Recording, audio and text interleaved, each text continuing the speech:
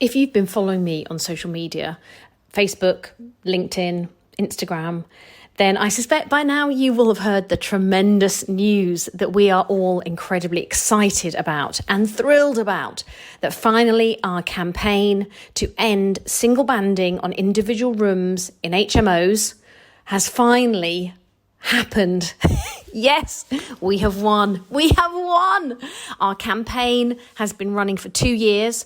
We officially launched about December 2021. So it's nearly 2 years ago that we started to fight as a group against this iniquitous situation where individual non-self-contained rooms were being banded by the Valuation Office Agency for council tax. And this has affected landlords, it's affected tenants, it's also affected local authorities who have to administer it. And of course, there's been lots of tribunal hearings at the Valuation Tribunal as well.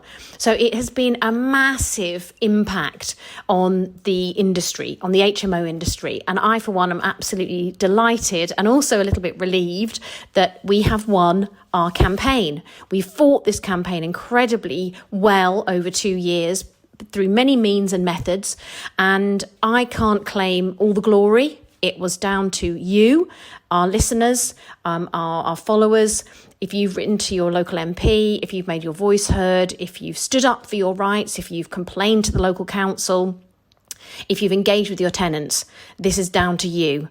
It's down to our committee. We have a wonderful HMO Council Tax Reform Group committee, and everybody on that committee has put in hours of work on this issue, all unpaid, all voluntary. So I must really shout out to them. And those people include Darren Brewer, Alan Murdy, Matt Baker, John McClelland, Neil Chadder, Robert Johnson, and also we have an admin person who doesn't wish to make known who he is, but he's kept us all on track, organising meetings and ensuring that the group has been running smoothly. And of course, I have chaired that group over the last 2 years. So what does this mean? What has actually happened? Well, if you haven't heard the news yet, we as an HMO Council Tax Reform Group have released a couple of press releases over the weekend. In fact, more than a couple, quite a number. So you may start to see this in mainstream news as well as on the sort of property news portals. In which case, you can read our full press release there. But suffice it to say that we are absolutely delighted that the government has listened to our campaign to get rid of council tax on individual rooms in HMOs, which are not self-contained. And that's an important part of it. And I'm going to read out some parts from the government website in terms of their response in a moment. And you'll see that part of their response includes addressing the issue of rooms that are self-contained. Now, there's going to be a lot of questions following on from this announcement. Already over the weekend, I've been mulling over some of the queries that landlords are going to have, that tenants are going to have as well. And I just want to reassure you that if this issue has affected you or you're interested in it, then the Council Tax Reform Group is going to be running a couple of follow-up webinars because we know that there are questions that still remain unanswered. But in the meantime, we can all celebrate. We can crack open something bubbly. It doesn't have to be alcoholic. Just do something to celebrate because this is a really, really big win. And some people are calling it the biggest win for the private rental sector in over 20 years. And possibly with some of the changes that have happened that we haven't been able to reverse, the fact that we have been able to reverse this one does say a lot about the power of a group coming together and fighting for a cause. So the government has responded, and I'll put the link below in the show notes for the podcast so you can see what the response has been by the government. But it's really interesting, actually, some of the things that they have stated on the website. This is what they say. The government recognises the issue raised during the consultation on the way HMOs are currently valued for the purposes of council tax. The government will make changes to deliver a framework that ensures that all HMOs are valued as a single property for the purposes of council tax. A small number of councils noted that the proposed changes may result in a reduction in council tax income. This is, of course, for the local authority. But the Valuation Office Agency has estimated that only a small proportion of HMOs are currently not aggregated into one property. Well, that's good news because it means it's not going to have a massive knock-on impact on local authority income, which would have provided a lot of resistance to these changes. They also note on their website, this should also help ease administrative burdens for councils, as the council tax liability should remain with the landlord in the usual way, rather than moving to individual tenants who may occupy the property for a short period of time. So 3.2, amendments to legislation. And this is the bit that I love. The government will amend legislation to ensure HMOs are valued as a single property for the purposes of council tax. This will be achieved through amendments to existing legislation, including the council tax (brackets chargeable dwellings) close brackets order 1992 and related regulations. These amendments to legislation will apply to all HMOs, including both licensed and unlicensed HMOs. So even if you have a 4-bed HMO, and we've come across a few small HMOs that have had their rooms disaggregated, rebanded for council tax purposes, it includes you. So it's really, really good news for all HMOs. I'm going to be very interested to read the legislation. I don't know whether they're going to adopt the wording that our barrister Alan Murdy has written. He proposed a format, a framework for the amendment, and it might be that the government decides to adopt his amendment lock, stock and barrel, in which case I think he needs a special shout out and maybe even a medal to note that he has his writing has now become actually statute. What he's written will become statute law by the end of the year. Now, one of the other questions that was raised following a letter that Michael Gove wrote was about exceptional circumstances. And again, the government has covered this in their response. The majority of respondents stated that they preferred a definition that provided consistency. And I think that's great that they heard that. The government believes in the principle that any property with access to shared facilities, as included in the Housing Act 2004 definition of HMOs, should be valued as a single property for the purpose of council tax valuations. This will ensure a consistent outcome for the valuation of HMOs. So, in other words, they're going to use the Housing Act 2004 definition of HMOs as a basis for implementing the changes set out in this consultation response.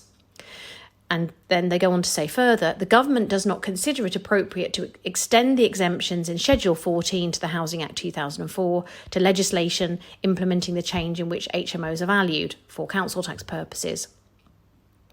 So the Housing Act 2004 definition talks a lot about, what actually is an HMO, and it's 3 unrelated people living in a property where there are shared facilities. Basically, that's basically the understanding of an HMO.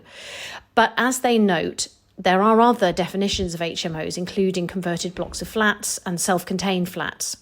Now, what the government have said, which is what we had said from the beginning, if they are self-contained, then they will be exempt from any changes in council tax valuation. In other words, they will continue to have their own council tax banding applied because they're self-contained. And then another point that the government states, where an HMO contains annexes or self-contained units, the change will ensure that where a unit within an HMO has shared facilities and is included as part of the HMO, then the whole HMO property should be valued as one property. Annexes and self-contained accommodation that do not form part of an HMO, as defined by the Housing Act 2004, will continue to be valued in the usual way, in other words, as individual properties, individual dwellings. So there is real clarity there on the website. Now, of course, there's going to be some supplementary questions that might start to arise in your mind. And again, we are not unfamiliar with those. We're not ignorant of those questions. And I myself have some questions about further implications of this change to legislation, which I'll come on to. Now, the final paragraph is about the approach to implementation. The government objective is for HMOs, which are currently not aggregated, in other words, they've been separated room by room, to be brought in line with new legislation as soon as practically possible. In order to deliver the policy objective, the VOA will work with councils to proactively identify licensed HMOs that have not been aggregated and reband affected properties. The VOA will aim to make such changes within 2 months of the legislation coming into effect. The government is keen that unlicensed HMOs that have not been aggregated are also brought into line with new legislation. Landlords or tenants of unlicensed HMOs will be able to submit a proposal to the VOA to reband affected HMOs and bring their council tax banding in line with new legislation. The VOA will have a statutory 4-month deadline to respond to such proposals. Now, it's really interesting because the next steps, which is the very final statement, says, through this consultation response, the government is setting out its policy intention with regards to the council tax treatment of HMOs. The government will lay regulations later this year with the intention that the policy change comes into force before the end of 2023.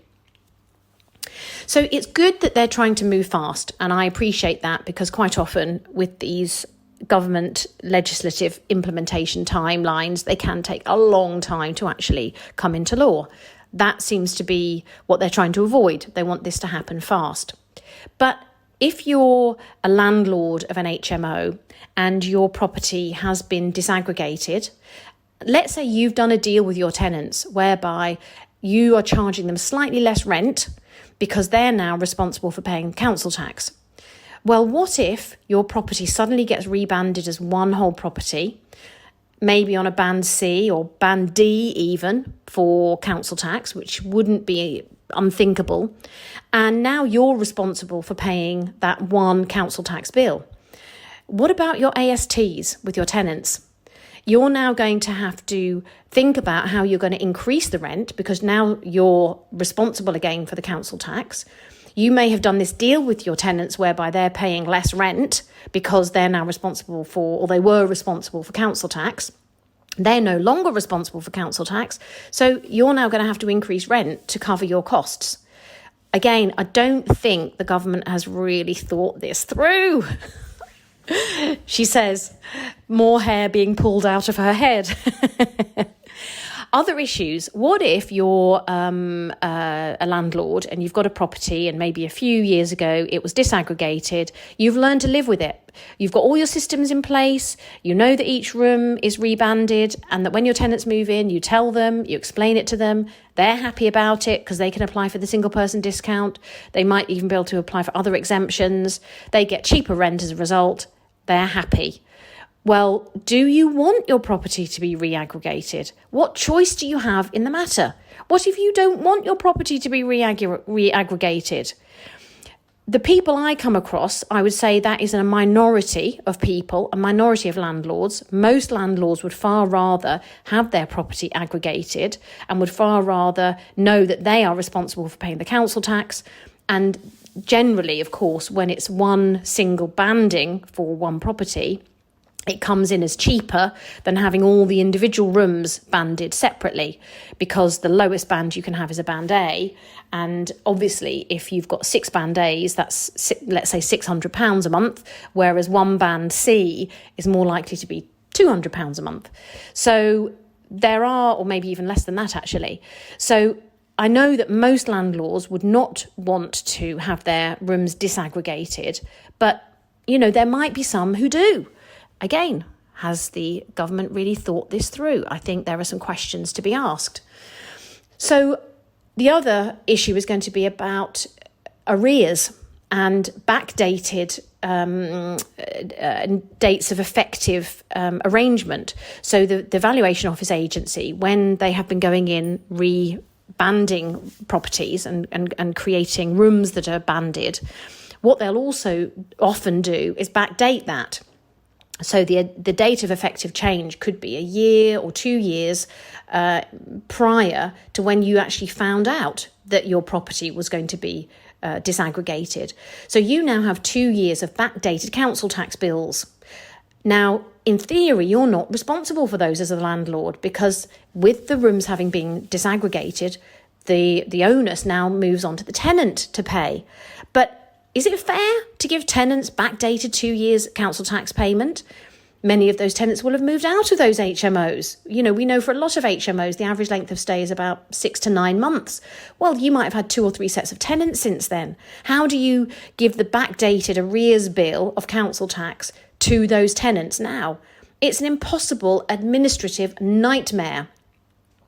Now, we know that not only have landlords been really caught in this trap, so have local authorities, because they ultimately are chasing the taxpayer, the tenant who's liable to pay this bill. But the likelihood is they're not going to be able to collect it. What about other situations where the arrears has been paid by the landlord, and the landlord has paid maybe many thousands of pounds, only to find that their HMO is now going to be reaggregated? Well, that's good news from the point of view of moving forward, but there is a question about their arrears. Are there going to be some cases brought against the government? Are there going to be some compensation claims brought for misuse of VOA policy and losses incurred as a result of what the policy has been in the past?